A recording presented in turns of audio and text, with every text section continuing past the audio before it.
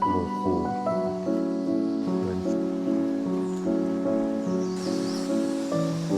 น้ำตกอีกแล้วทุกคน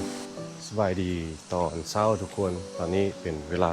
8 โมงแล้วทุกคนมื้อนี้นอนเป็นคืนที่2แล้วทุกคนก็ได้ถ่ายรีวิวให้ทุกคนเบิ่งเดี๋ยวสิพาทุกคนไปเลาะเบิ่งบริเวณรีสอร์ทเด้อทุกคนอันนี้ก็เป็นทางเข้าเนาะทุกคนเดี๋ยวไปเบิ่งทางในกันเลยทุกคนนี่เนาะเข้ามาอันนี้ก็ทางในเนาะรถจอดแถวนี้เนาะหรือว่าก็แถวนั้นก็ได้เนาะงานเข้ามานี่ก็ได้เราสิเห็นบรรยากาศแบบนี้เลยทุกคน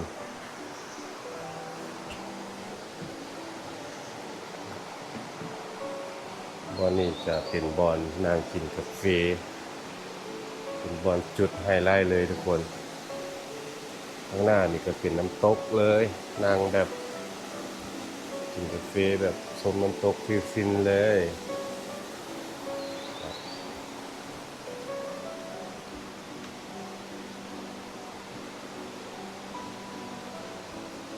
ย่างลงไปลุ่มนี่อีก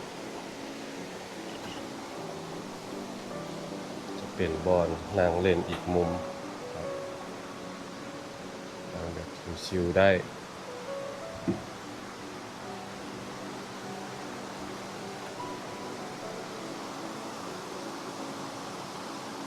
น้ำลายทุกคน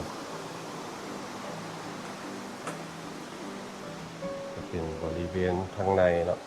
ใครอยากมาอ่านอ่านอย่างอยู่นี่ก็ได้ทุกคน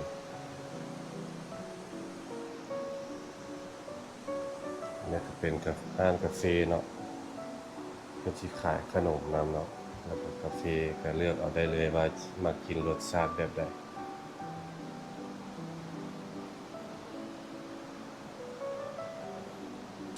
นี่ก็เป็นอีกเบื้องหนึ่งเนาะเบื้องหนึ่งของบริเวณรีสอร์ททุกคนเปลี่ยนประมาณนี้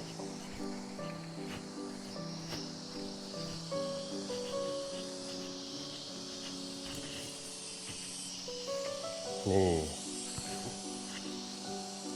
บอนที่พักคอยกับชีนอนนี่เด้อทุกคนนอนบ้านหลังนี้แหละเดี๋ยวพาย่างเข้าไปเบื้องในกันก่อน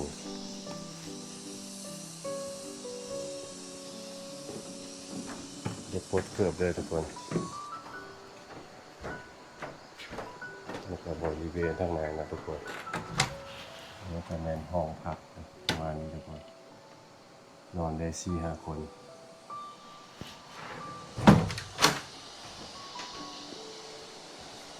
ห้องน้ำก็อยู่นี่เด้อยางมาก็เป็นห้องน้ำเลยทุกคนห้องน้ำก็สิบยางมาหน่อยหนึ่งว่าห้องน้ำละเด้อห้องน้ำทุกคนมี4 ห้องอ่างล้างหน้าชักโครกเลยทุกคนแบบอย่างดีแบบเลยอย่างดีไปเลยอันนี้ก็ห้องอาบน้ำนะก็ห้องถ่ายนะทุกคน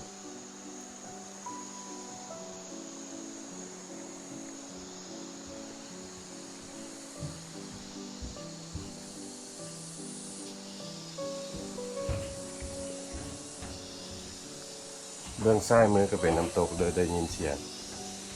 เดี๋ยวพาไปเบื้องน้ำตกก่อน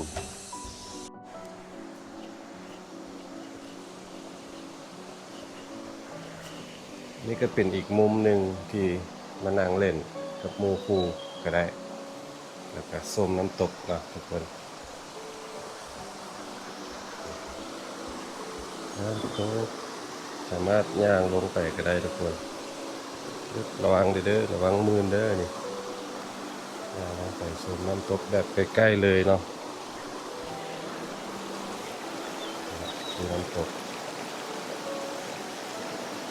อากาศดีหลาย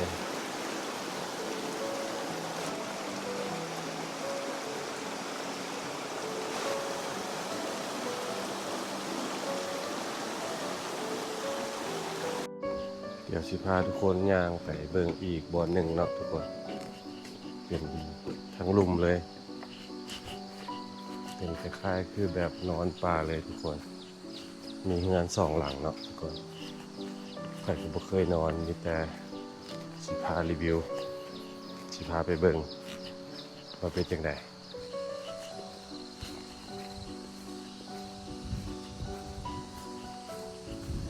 บรรยากาศกาสีประมาณนี้ทุกคน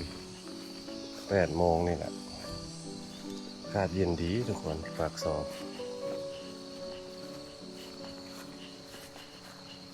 ย่างเข้าไปพูดละทุกคนสไตล์แบบป่าทุกคน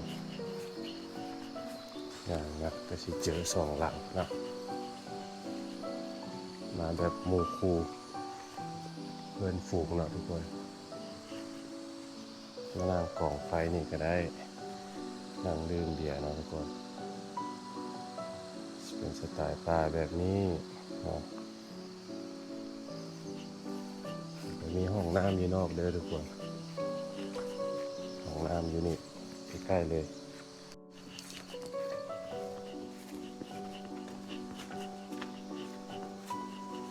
ก็คือทั้งหลังนะทุกคนทั้งหลังป่าทุกคนทั้งหลังบ่อนอนนะ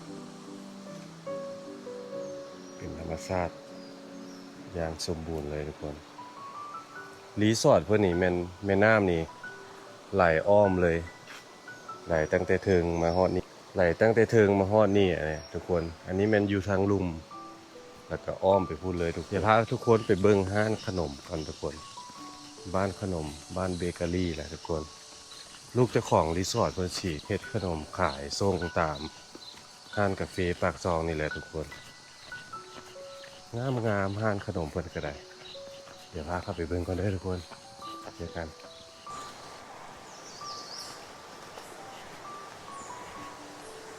นี่ก็เป็นบริเวณที่พักอันนี้ก็น่าจะเป็นบ้านเจ้าของบ้านทุกคนพ่อแม่เพิ่นมานอนนี่แหละน้ำตกอีกแล้วทุกคนน้ำตกนี่มันอ้อมไปเลยจนไปฮอดลุม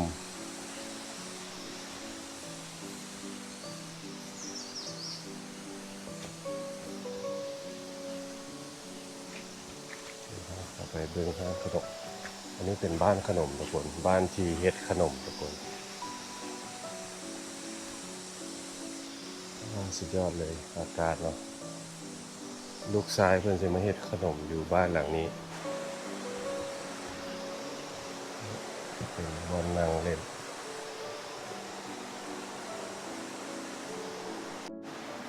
มีครัวเฮ็ดขนมแบบนี้ทุกคนเป็นหลอกซ้ำเข้าไปในบ่ได้บรรยากาศร้านขนมมันเป็นประมาณนี้ทุกคนนั่งเล่นท่านี้นั่งอ่านหนังสือทุกคนข้างในนี่ก็เป็นบอนเฮ็ดขนมเป็นครัวอะไรทุกคนครัวที่เป็นเฮ็ดขนมเค้กขนม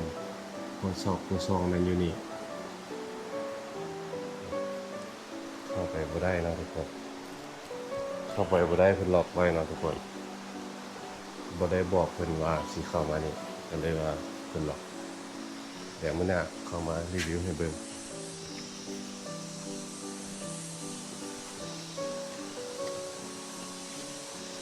เดี๋ยวไปกินข้าวเช้าก่อนเพิ่นเฮ็ดอยู่นี่คืนประมาณ400,000ปลายเลยทุกคนจะมีอาหารเช้าอาหารแรงให้กินเนาะทุกคนราคานี่ก็ถือว่าบ่สูงปานใดทุกคนเดี๋ยวไปกินข้าวเปียกก่อนเพิ่นเตรียมมาให้แล้วได้ดีอันนี้มันเจ้าถิ่นอยู่นี่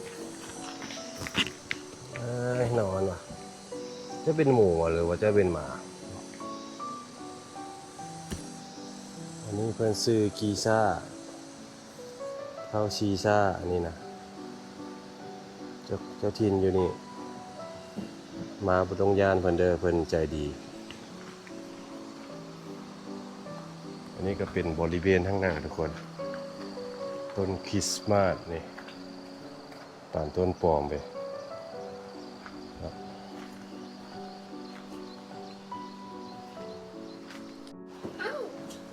นี่เป็นภายในบ้านทุกคนภายในบ้านของเจ้าของบ้านนะ รอยากมานั่งเล่นแบบนี้ก็ได้อันนี้ของสะสมครับของสะสมไอ้แดงทุกคนก็สีประมาณนี้ทุกคนก็ย่างออกไปเนาะนี่นี่ก็เป็นบริเวณทางหน้าเนาะทุกคนแล้วก็ย่างมานี่ย่างมานี่จะเป็นบอนกินข้าวบอนพักผ่อนนี่เนาะเข้ามานี่โพสเกิดเลยเด้อทุกคนนี่เนาะเป็นไฮไลท์ของอยู่บอนนี้งามหลายมื้อนี้เพิ่นเฮ็ดเมนูข้าวเปียกให้กินสิมีเครื่องปรุงแบบนี้นะทุกคน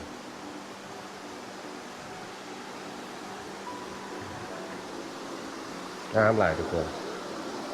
นี่น้ำตก